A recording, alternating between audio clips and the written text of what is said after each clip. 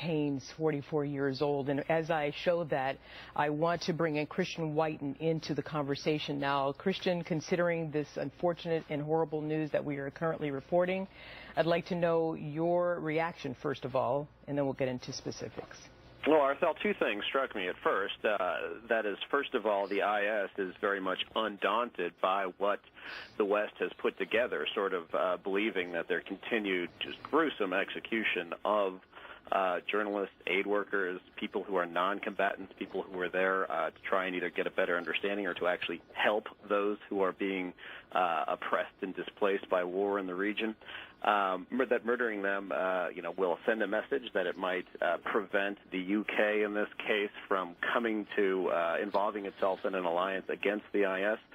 And it also struck me again that this is part of this magnet effect that they want, that they're practicing, that unfortunately is working, that by showing they're undaunted, that by posting these disgusting, gruesome images, that it actually brings more jihadists from around the world and continues this trend of the IS surmounting al-Qaeda as the leader of global jihad. Christian, I want to touch on several points that you made. First of all, you said that this perhaps might prevent Prime Minister Cameron from getting involved in this fight against ISIS alongside the U.S. Is that what I heard you to say? It's too early to say, but there is a precedent for this. And, of course, setting aside what may actually happen in the UK, but just trying to think what the terrorists are thinking. If you think back to the early days after 9/11, Spain initially was very strong with the United States, with our coalition, with the idea of pushing back in Afghanistan and Iraq, and then a series of terrorist attacks in Spain actually switched the government from one that leaned toward the United States to one that leaned against, and effectively knocked Spain out of the fight. In the UK, you have a coalition government of conservatives and liberal Democrats. Labour is in the minority. You have a possible Scottish secession coming up this week. It's unclear. It's 50-50. But, why is a terrorist group doing this? It doesn't just do it because they're sick. It does it because they want to make a political point, a propaganda point. And so one of many things they may want to achieve is to see if they can intimidate the British. Indeed. And you mentioned propaganda. Catherine Herridge was just reporting and pointing out for everyone to keep in mind that you are talking about a small group of guys basically sitting in their apartments at their laptops, controlling the social media aspect of this. But as you know, that is part of the propaganda. That's used as the biggest recruitment tool. And, of course, here at home, as well as Britain, Prime Minister Cameron recently upping and increasing, I should say, security threat level there. It is that recruitment tool that is very valuable to ISIS when we have those people with dual citizenships who can come and go as they please inside of this country as well as there in the UK. So talk to me about that aspect of it, and how crucial is that?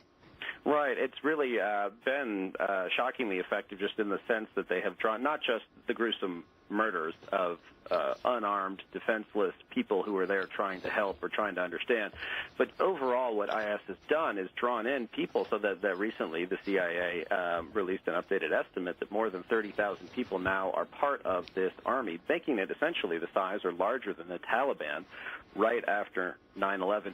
But in addition to that strategic communications purpose, there's also, of course, the internal security purpose for this, which means that the IS in the territory it controls, effectively the majority of Sunni Iraq and also the eastern part of Syria, it's a message that, of course, they're not going to tolerate any dissent. And that's important now because part of President Obama's strategy is motivating Sunnis in Iraq and others under the geographic control of the IS to motivate them to resist them, especially if they're aided by the U.S. and Saudi Arabia and the UAE and Britain and others.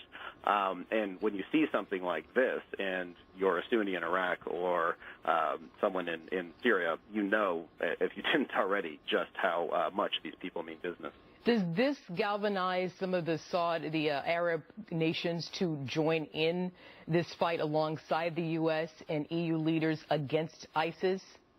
Unfortunately, I don't think it'll change much because our would-be allies and our historical allies, Sunni states in the Gulf, and that's Saudi Arabia, the UAE, and smaller states like Bahrain, not Qatar, they're actually on the outside, Kuwait, they are already well aware of what people are capable of. And what they're looking for actually is a serious, significant, detailed plan, and then that is something they might be able to get behind. But I think there's caution for them to jump on the U.S. plan in Syria, because we're just talking about very small strikes against IS targets in Syria, not also strikes against Assad. Similarly, in Iraq, there's still a dependence on some sort of agreement coming together in Baghdad, which I think these people are very skeptical of.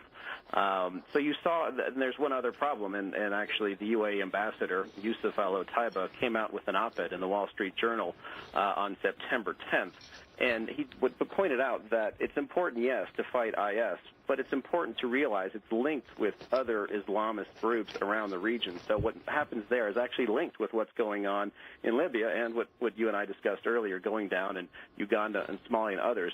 And until there is a whole-of-government approach to fighting terrorism and a realization that we can't just decapitate. I mean, we could go and put a Hellfire missile on top of the degenerate who killed this man, Haines, and it's the right thing to do, but it wouldn't change much in the region. We need a broad strategy, and having that is what will bring the Gulf states and others along. Otherwise, I think they're concerned that we're just sort of, going in with a pell-mell plan. All right, Christian Whiton, former State Department senior advisor, I thank you.